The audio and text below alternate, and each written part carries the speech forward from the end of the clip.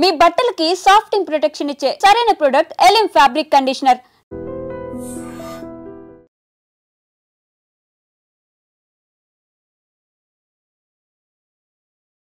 Meghalaya honeymoon case.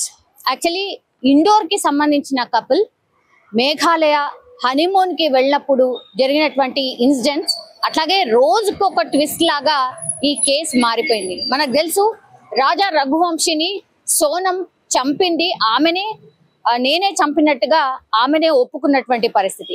ఈ కేసులో అయితే ట్విస్ట్ల మీద ట్విస్ట్లు అనుకోండి, రోజుకో ట్విస్ట్ బయటకు వస్తోంది. అందులో భాగంగానే ఇప్పుడు మరో ట్విస్ట్ ఏంటంటే, యాక్చువల్లీ ఈ సోనం వాళ్ళ నాన్నకి హెల్త్ బాగుండలేదట. అందుకని ఈ రాజా రఘువంశిని మ్యారేజ్ చేసుకున్న తర్వాత ఆయనని నరబలి, అంటే నిజంగా చెప్పాలంటే మూఢనమ్మకాలు, ఈ జాతకాలు ఇవన్నీ కూడా మనం అంటే చాలా మందికి అయితే అసలు నమ్మకమే ఉండదు. కానీ కొంతమంది ఎలా నమ్ముతారు అంటే, వాళ్ళ బ్రెయిన్ వాష్ ఎలా చేస్తారు అని అంటే, నిజంగానే మీరు ఇలా చేస్తే ఖచ్చితంగా ఈ పనులు అవుతాయి అనేటువంటిది ఈ కేసులో మరో ట్విస్ట్. ఈ సోనం అనే అమ్మాయి వాళ్ళ నాన్నకి హెల్త్ బాగోలేదు కాబట్టి ఆయన హెల్త్ బాగుపడాలి అని అంటే, ఇప్పుడు ఈ సోనం ఎవరినైతే మ్యారేజ్ చేసుకుంటుందో ఆయనని బలి ఇస్తే అప్పుడు సోనం వాళ్ళ నాన్న బాగుపడతాడు, ఆ సోనం వాళ్ళ నాన్న మంచిగా అవుతాడు, అనారోగ్యం నుంచి బయటపడతాడు అని ఎవరో జ్యోతిష్యుడో ఇట్లా జాతకాలు చెప్పేవాడో ఎవరైతే ఉన్నారో ఈ ఫ్యామిలీకి పూర్తిగా అతనే చెప్తూ ఉంటాడట. అందులో భాగంగానే ఈ స్కెచ్ అంతా వేశారు. అందుకని సోనం ఒప్పుకుంది. సోనం మ్యారేజ్ తర్వాత వాళ్ళ భర్తని చంపి నరబలి ఇచ్చి, ఆ తర్వాత ఈ ఏమంటారు లోయలో పడేసిన తర్వాత వాటర్ లో ఆయన బ్లడ్ ఫ్లో అయితే అప్పుడు ఇప్పుడు సోనం వాళ్ళ నాన్న బతికి బయటపడతాడు అనేది వాళ్ళ ఫ్యామిలీకి చెప్పేటటువంటి జ్యోతిష్యుడు ఎవడైతే ఉన్నారో వాళ్ళు చెప్పాడట. అందుకని ఇంత పెద్ద స్కెచ్ యాక్చువల్లీ సోనం వాళ్ళ ఫ్యామిలీ అంతా కలిసి చేసింది అని ఇప్పుడు రాజా రఘువంశికి సంబంధించిన వాళ్ళ ఫాదర్ చెప్తున్నటువంటి పరిస్థితి. యాక్చువల్లీ పెళ్ళైన వారం వరకు కూడా వాళ్ళకి ఏదైతే ఫస్ట్ నైట్ జరగాలో అది జరగకుండా సోనం ఆపింది. ప్లాన్ ప్రకారమే హనీమూన్ కి వెళ్ళొచ్చిన తర్వాత ఈ కామాఖ్య అమ్మవారిని దర్శించుకున్న తర్వాత మేము బ్యాక్ వచ్చిన తర్వాత అప్పుడు ఆ మిగతా కార్యక్రమాలన్నీ చెయ్యండి అని వాళ్ళ హస్బెండ్ తో, అంటే రాజా రఘువంశితోని వాళ్ళ అమ్మా నాన్నకు చెప్పించడం. మరి అదంతా లేకపోతే హనీమూన్ కి ఎందుకు వెళ్ళారు అనేది వాళ్ళ అమ్మా నాన్న అడిగినప్పటికీ కూడా ఏమో సోనం ఇలా చెప్పింది కాబట్టి మేము వెళ్ళేసి వస్తాము అని రాజా రఘువంశి కూడా పాపం అమాయకంగా సోనంని నమ్మడం, తర్వాత ఈ హనీమూన్ ట్రిప్ అంతా ప్లాన్ చేయడం. ప్లాన్ ప్రకారమే వీళ్ళు ఎవరైతే అంటే సోనంకి సంబంధించి ఎవరైతే సహకరించారో, ఈ సుపారీ గ్యాంగ్ ఎవరైతే సహకరించారో వాళ్ళందరినీ కూడా అరేంజ్ చేయడం. వీళ్ళందరికి కూడా ఈ మేఘాలయ అనేటటువంటి ప్రాంతం చాలా కొత్తది, కానీ వీళ్ళు మొత్తంగా మేఘాలయలో ఎక్కడెక్కడ ఏమేమి ఉంటుంది అని పూర్తిగా తెలుసుకున్న తర్వాతనే ఇదంతా ప్లాన్ ఇంప్లిమెంట్ చేసినట్టుగా ఇప్పుడు రాజా రఘువంశి వాళ్ళ ఫాదర్ చెప్తున్నటువంటి పరిస్థితి. అండ్ ఇప్పుడు ఎవరైతే ఈ రాజ్ కుష్వాహా ఉన్నాడో, అంటే సోనం ఇదంతా చేసింది కూడా రాజ్ కుష్వాహా. ఈయన యాక్చువల్లీ సోనంకి ముందే తెలుసు, ఫ్యామిలీకి చాలా దగ్గర. అండ్ రాజ్ కుష్వాహా కోసమే ఇదంతా చేసింది. ఈయనని చంపి ఆ తర్వాత దోషం ఏదన్నా ఉంటే అదంతా పోయిన తర్వాత రాజ్ కుష్వాహాని పెళ్లి చేసుకోవాలి. రాజ్ కుష్వాహా యాక్చువల్లీ సోనంకి లవర్ అనేటువంటి మాట ఇంకో వర్షన్ వినిపిస్తోంది. సో ఇప్పుడు ఈ కేసులో ఇంకో ట్విస్ట్ ఏంటంటే, నిన్న మొన్న ఆమె ఫోన్ ని ఓపెన్ చేసి పూర్తిగా ఇన్ఫర్మేషన్ లాగితే అందులో ఎవరెవరితోని ఏమేం మాట్లాడింది, సోనం ఏ ఫోన్ అయితే యూజ్ చేసిందో ఆ ఫోన్లకు సంబంధించిన ఇన్ఫర్మేషన్ ఒకవైపు కనుక్కుంటున్నారు. అంటే ఆమె మొత్తంగా 3 ఫోన్లని యూజ్ చేసింది. ఆ 3 ఫోన్లు కూడా ముందు దొరకలేదు. ఒకటేమో యూపీలో, ఇంకోటేమో మధ్యప్రదేశ్ లో అట, ఇంకోటేమో మరి ఎక్కడ దాచిందో ఏంటో తెలియదు, కానీ ఆ ఒక్క ఫోన్ మాత్రం దొరికింది. సో ఆ ఒక్క ఫోన్ లోనే డాటాని అండ్ ఆమె వాట్సాప్ ని ఓపెన్ చేసినప్పుడు ఎవరు సంజయ్ వర్మ, ఈ సంజయ్ వర్మ అని ఫోన్ లో ఒక నంబర్ సేవ్ అయి ఉంది. అండ్ జస్ట్ ఆమె మ్యారేజ్ సెటిల్ అయ్యి అంటే ఈ ఎంగేజ్మెంట్ తర్వాత ఇక దగ్గరకు వచ్చింది మ్యారేజ్ అనేంత వరకు కూడా ఆమె టోటల్ గా 25 days లో 234 సార్లు ఈ నంబర్ కి కాల్ చేసి మాట్లాడినట్టుగా గుర్తించారు. కానీ ఈ సంజయ్ వర్మ ఎవరు, ఈ సంజయ్ వర్మ ఈ కొత్త ఫేస్ ఏంటి, ఈ కొత్త పర్సన్ ఎవరు అనేది కూడా అంతు చిక్కలేదు. మేబీ ఈ ఫ్యామిలీ అంతటికి కూడా మరి ఈ ప్లాన్ అంతా ఈయన ద్వారానే నడిచిందా అనేది పోలీసులు ఆ కోణంలో ఒకటి, లేదు ఈ రాజ్ కుష్వాహా అని ఏదైతే అనుకుంటున్నామో రాజ్ కుష్వాహా కాదు, అసలు ఇంకొక ఆయన కోసం ఇదంతా ప్లాన్ ఇంప్లిమెంట్ చేసింది అని ఇంకో వర్షన్, ఇట్లా రకరకాల వర్షన్స్ అయితే వినిపించాయి. కానీ 25 రోజులలో పెళ్లి ఆల్మోస్ట్ దగ్గరకు వచ్చేంత వరకు కూడా ఈ 25 రోజులలో 234 సార్లు మాట్లాడినటువంటి ఈ సంజయ్ వర్మ అనే నంబర్ ఎవరిది అని పూర్తిగా క్షుణ్ణంగా ఎంక్వైరీ చేసినప్పుడు దిమ్మ తిరిగే ట్విస్ట్ ఇక్కడే ఉంది.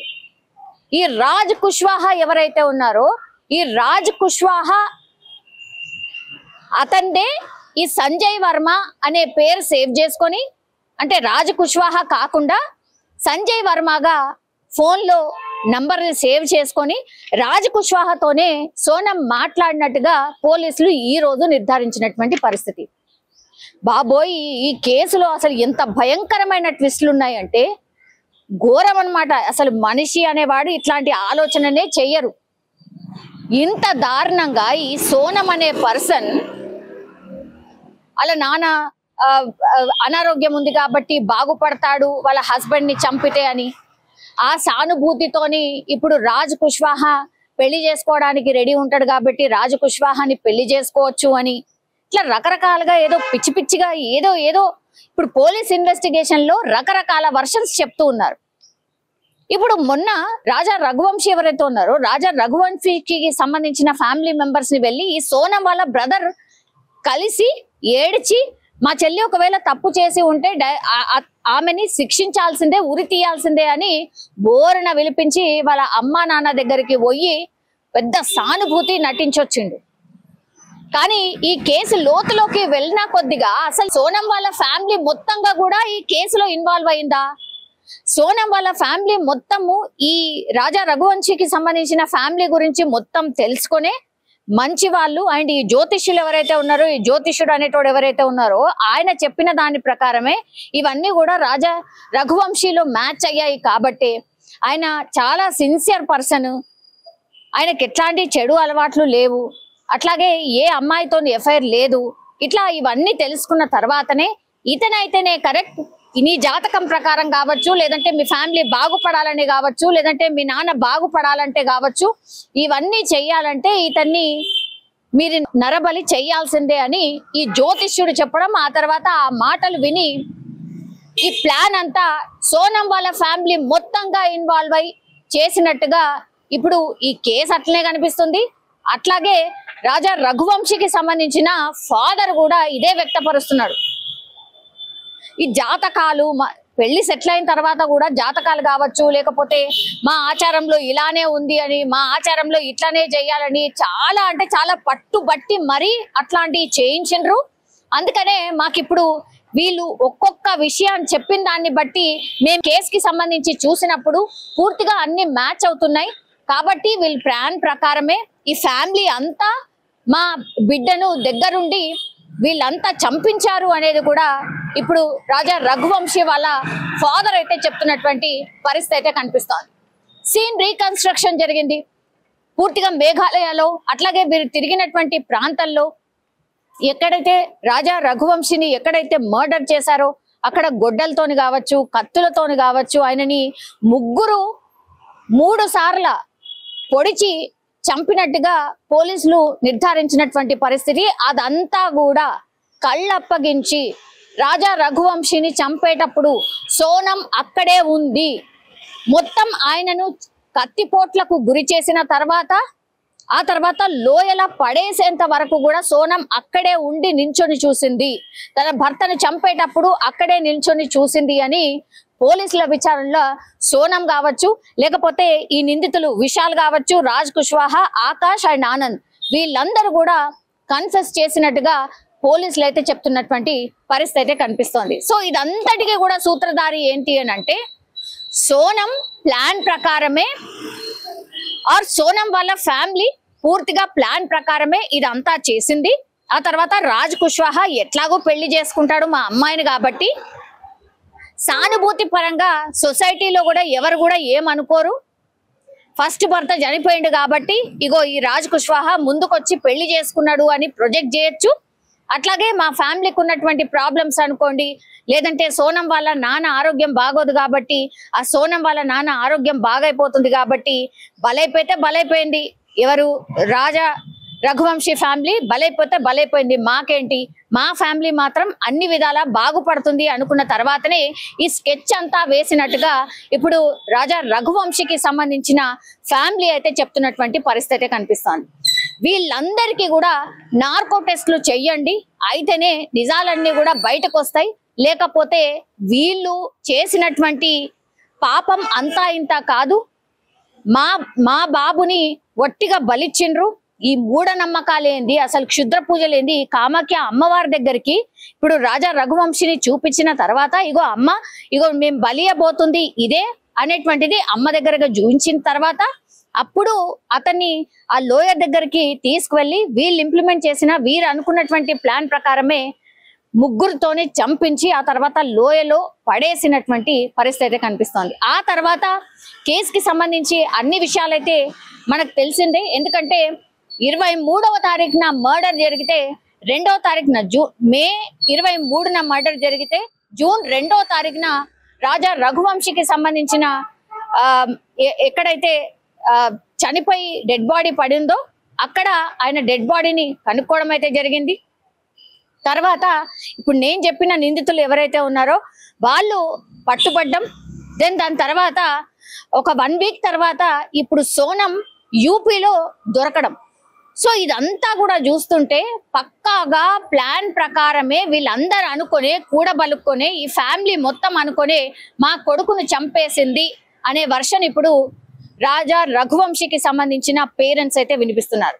నిజం చెప్పాలంటే కూడా ఈ కేసుని మనం అబ్జర్వ్ చేసినా, ఈ ఇన్సిడెంట్లు అన్ని మనం చూసినా సరే ఇప్పుడు రాజ్ కుష్వాహాకి సంబంధించి పెళ్లి చేసుకోవాలి అని అనుకుంది కాబట్టి, డిసైడ్ అయింది కాబట్టి ప్లాన్ ప్రకారమే ఇదంతా చేసినట్టుగా స్పష్టంగా అర్థమవుతుంది. ఇప్పుడు రాజ్ కుష్వాహాకి సంబంధించిన ఫోన్ నంబర్ని ఆ పేరుని సంజయ్ వర్మగా సేవ్ చేసుకొని 234 సార్లు మాట్లాడింది. అంటే ఇంత టెక్నాలజీ పెరిగింది, ఇన్ని సీసీ కెమెరాస్ వచ్చాయి, ఇంత టెక్నాలజీ అందుబాటులో ఉన్నటువంటి టైంలో ఒక మర్డర్ చేసి ఈజీగా తప్పించుకుంటామని ఎట్లా అనుకున్నారు? ఇప్పుడు మేఘాలయ ప్లాన్ చేసింది కూడా అందుకే, లోయలో పడిపోతుంది ఇక దొరకడు ఇట్లా అనుకునే డెఫినెట్లీ ప్లాన్ చేసి ఉంటారు. వెతుకుతారు ఎంతకి దొరకడు, ఆ తర్వాత ఏమైపోతుంది, నెక్స్ట్ ఇక దొరుకుతలేడు కాబట్టి వెంటనే రాజ్ కుష్వాహాని 1 నెలనో 2 నెలల తర్వాతనో పెళ్లి చేసుకోవాలని ప్లాన్ చేసిండ్రు. ఇది ఈ కేసులో ఇప్పుడున్నటువంటి ట్విస్ట్. రోజుకో ట్విస్ట్ వస్తుంది కాబట్టి అసలు రేపు తెల్లవారి ఇంకేం ట్విస్ట్ వస్తుందో అనేది చాలా మంది అంటే మాట్లాడుతున్నటువంటి విషయం. సో ఇప్పుడు నిజంగానే రాజా రఘువంశీకి సంబంధించిన ఫ్యామిలీ ఏదైతే రేస్ చేసిందో పాయింట్స్ అవన్నీ క్షుణ్ణంగా పరిశీలిస్తోంది పోలీస్ శాఖ కూడా. అక్కడ ఉన్నటువంటి పోలీస్ శాఖ కూడా పూర్తిగా పరిశీలిస్తోంది. సీన్ రీకన్స్ట్రక్షన్ చేసింది కాబట్టి ప్రతి విషయాన్ని ఏది కూడా వదలకుండా ఈ కేసులో అన్ని క్లూస్ ని సాక్షుల్ని అందరినీ కూడా విచారిస్తోంది. అట్లాగే ఫ్యామిలీ మెంబర్స్ ని కూడా క్షుణ్ణంగా ఇన్వెస్టిగేషన్ చేస్తోంది. చూడాలి ఇంకెన్ని ట్విస్ట్లు వస్తాయో ఈ హనీమూన్ కేసుకి సంబంధించి, మరి ఇంకెంతమంది ఇన్వాల్వ్ అయి ఉన్నారో, మరి ఇంకేం మోటివ్ తోని మర్డర్ చేసిందో అనేది చూడాల్సిందే. నిజంగా ప్రస్తుతం ఉన్నటువంటి సమాజం దేనికి ప్రయారిటీ ఇస్తుంది? ఆర్థిక సంబంధాల చుట్టూ మాత్రమే తిరుగుతుంది. మళ్ళీ ఎన్నికలంగానే చాలా విరక్తి కలుగుతాను. మంచి అనిపిస్తుంది కదా, లేడీస్ కూడా ఛాలెంజింగ్ జాబ్స్ చేసినప్పుడు చాలా బాగుంటది. ట్రాఫిక్ అసిస్టెంట్స్ గా నియమించిన ట్రాన్స్జెండర్స్ అందరితో సాల్యూట్ చేయించుకుంటున్నారు. ఫుడ్ డెలివరీ ఇవ్వటానికి వెళ్ళినటువంటి డెలివరీ బాయ్ అనిల్ పై కళ్ళ ముందు